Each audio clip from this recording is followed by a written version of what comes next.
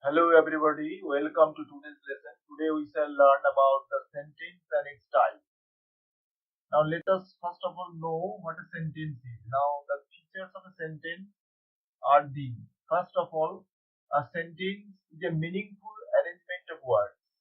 Note the words carefully. Meaningful arrangement of words. Number two, it is the largest unit in a language. And number three, a sentence is a vehicle of thoughts, ideas, and feelings. Now, to make it further clear, we can consider an example. Suppose we say play football day. Now, this play is a word, play is a word, football is a word, day is a word. But these words are arranged haphazardly and they make no sense. So, this is not a sentence. The arrangement here is not meaningful, it is rather meaningless. So, to make it a sentence, we have to arrange these words in this way. They play football. Then it becomes a sentence. So, we learn that a sentence is a meaningful arrangement of words. Now, they is the subject, play is the verb, and football is the object. So, normal pattern of a sentence, subject plus verb plus object. And it is no doubt the vehicle of thoughts, ideas, and feelings, and it is no doubt the largest unit in a language. Now, to comprehend a sentence, a knowledge of its functions is very much essential. So, if you want to understand a sentence, what type of sentence is, you have to know the knowledge. You have to know the function. You should have a knowledge of its function. Now, let us consider the functional category of sentences. A sentence, as per its function, can be divided into 5 categories. First of all, it is assertive sentence or declarative sentence.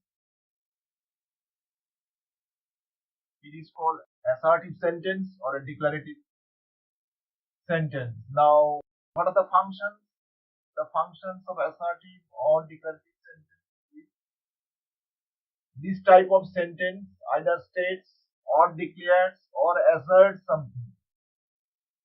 Suppose we say the ball is red, the ball is green, the sun rises in the east, the sun sets in the west, the earth moves around the sun. It's so many examples.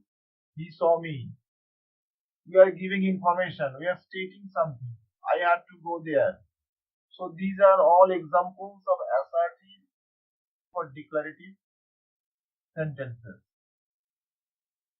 Number two, interrogative. Now, interrogative sentence is easily identifiable from the rest because of its sign. An interrogative sentence ends with a question mark.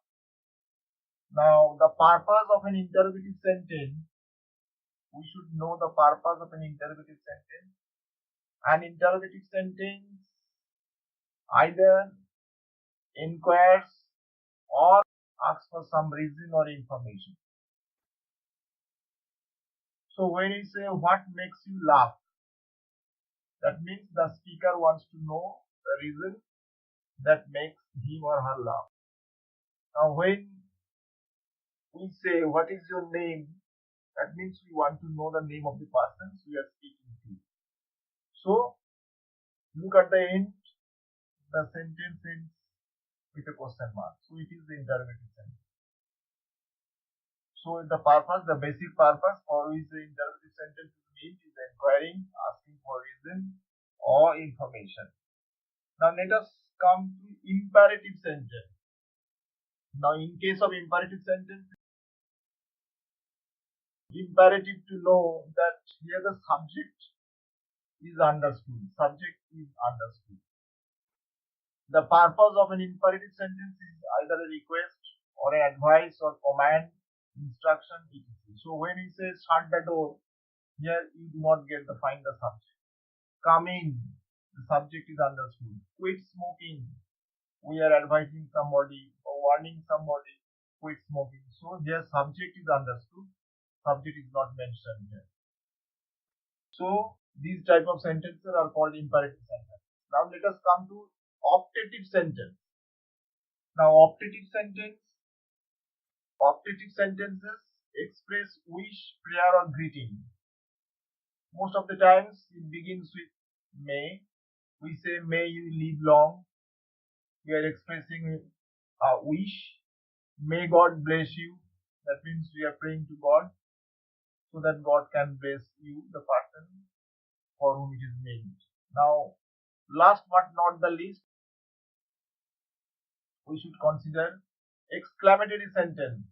It is also easily identifiable by this mark, note of exclamation at the end of a sentence.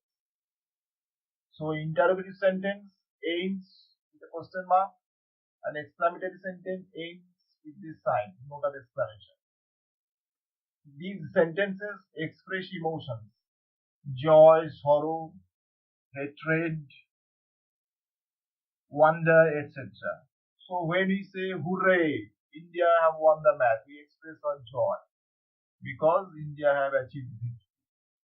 Alas, we express our sorrow, he is no more. That means he has passed away, he is dead. Now when we say how wonderful the scene is, we express our wonder, amazement, because the scene is very beautiful.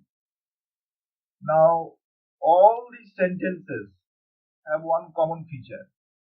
A sentence begins with a capital letter and ends with a full stop. A sentence, note that a sentence begins with a capital letter and ends with a full stop. In case of interrogative sentence, we see note of interrogation at the end of a sentence, and in case of an exclamatory sentence, we see note of exclamation at the end of a sentence. So, a knowledge of the functions of the sentence is very much essential for a better comprehension of the sentence. I think you have all understood the lesson. Thank you very much for listening to us. For testing your understanding of this lesson and more videos, please log on to www.teamlessons.net.